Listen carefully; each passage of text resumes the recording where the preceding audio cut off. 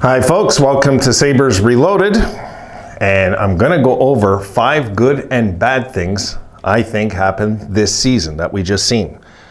So let's get into this.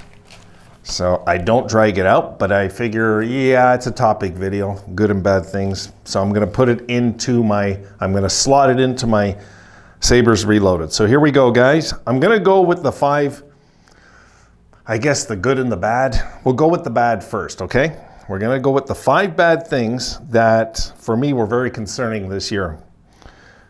To a degree, but I'll put them in the order. So number 5, we missed the playoffs again, okay? I put that as number 5 because I'm not as concerned about that, believe it or not, as I am the next things I'm going to talk about. That's coming to an end, I believe, this year. But we missed the playoffs again, which really sucked and really hurt, and it hurt. It hurt when we came that damn close. I know it, but it happened for a reason. It just did. And people that don't believe in destiny and are just pessimistic can't help you. I just can't. I can't. I don't think that way. I'm never going to think that way. This channel is never going to think that way. Go to Sabres Mafia. What can I tell you? I think it happened for a reason that's going to benefit us in the future. All right, number 4. We were dead last in the NHL in hits again, folks. 1,166 hits, dead last. We weren't as far back as I thought from 31st. We were like a little over 100. It wasn't as bad as I thought, but 14.2 hits per game. We've got to get that number up this year. I think we're going to. I just wanted to point it out. I'm sure that's going to go up to like close to 20 this year. I'm just call it an educated guess with the guys that we got on the blue line now. And I think the guys are going to be a little older, a little tougher, a little more angry than last year. So dead last in the NHL in hits. I expect to see that change this year. Number 3.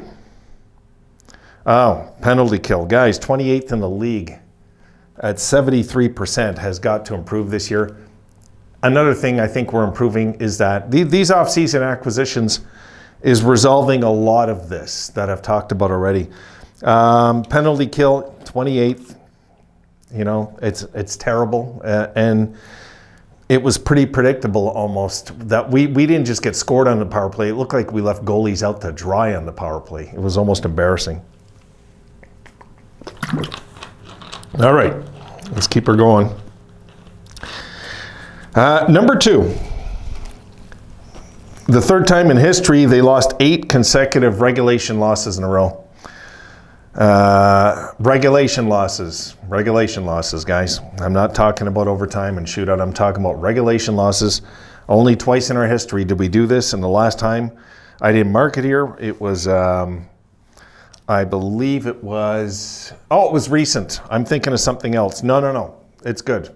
Yeah. It's recent. It's during the whole thing, the whole meltdown, the whole.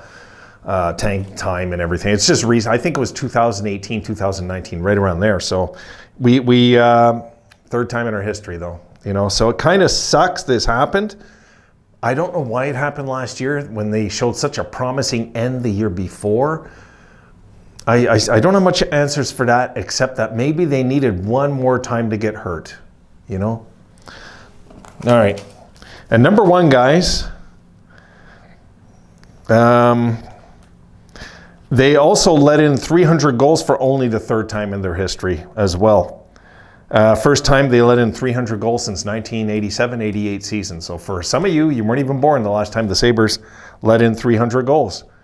But keep in mind, 3 of those goals were from shootout losses. That counts as a goal against, which is kind of silly. But it is. So technically it was 297.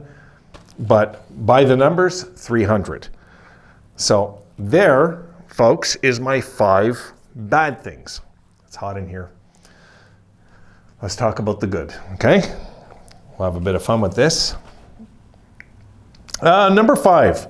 I had to mention this, guys. The Goats had a great comeback. The Goats, what a story it was, right? 10-1-1. The Goats had and I'm not counting the blue and gold Goats. I'm talking just the red and black ones.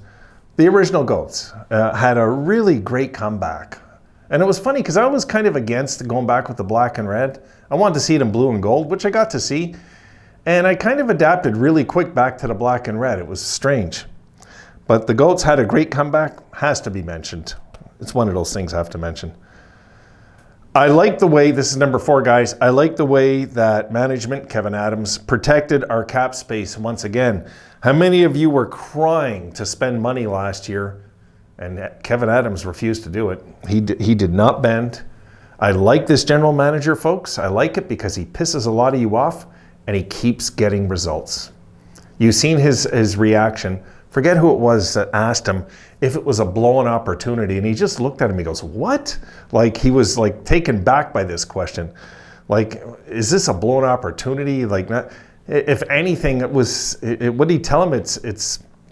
They cashed in on the opportunity this year. They did. They just didn't make the playoffs, and I think they're going to make that up to us very quickly, very soon. So let's not worry about that right now. Adams protected our cap space once again. For me, that's an important one.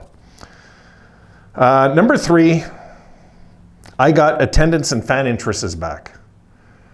I mean, they went from 10,000 a game to 15,500 last year. So I think that's a huge, huge thing. I think the Sabres won the fans over last year. I think the fans this year won't be able to resist going to see them. There's going to be a good vibe going in Buffalo. I'm sure of it this year. And I think the fans this year will be packing the house.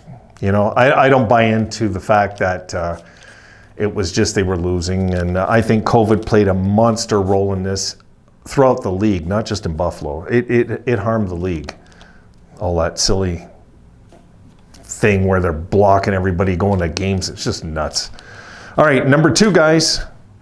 I believe a new NHL offensive machine was born last year in the Sabres.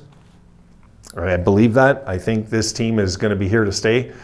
I've said in videos before, there's no guarantees, but I do believe in my heart that this offensive team is only going to get better and better as they get older. And that's a scary thought because we came out of nowhere to be really, let's face it, we were the best offensive team in the league for what, the first 50 games? And once our power play slowed down, of course we slowed down. And we've got to work on that this year. We got to make sure the power play is striking and hitting the net. I'm pretty sure they will be this year. So yeah, a new NHL offensive machine was born last year in the NHL called the Buffalo Sabres.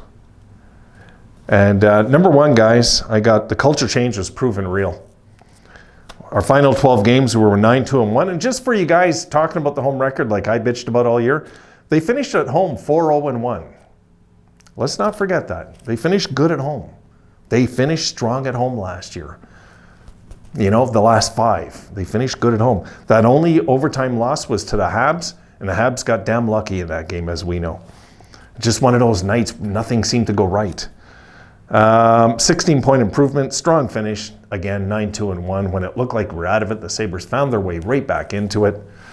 I'm impressed with it, guys. I'm impressed with the season. You know, now that I've had time to let it go and not complain. Well, you won't see me complain about this. I've been a fan too long to complain and not be grateful of an improvement like that. So, yeah, it hurt, but I'm mature enough to be able to walk away and say, this is going to ignite them. This will ignite them this year, I believe it. I do. Not just saying it, guys. I believe it. All right. Done. I'm done with this. I got to get on another few videos. See you in those.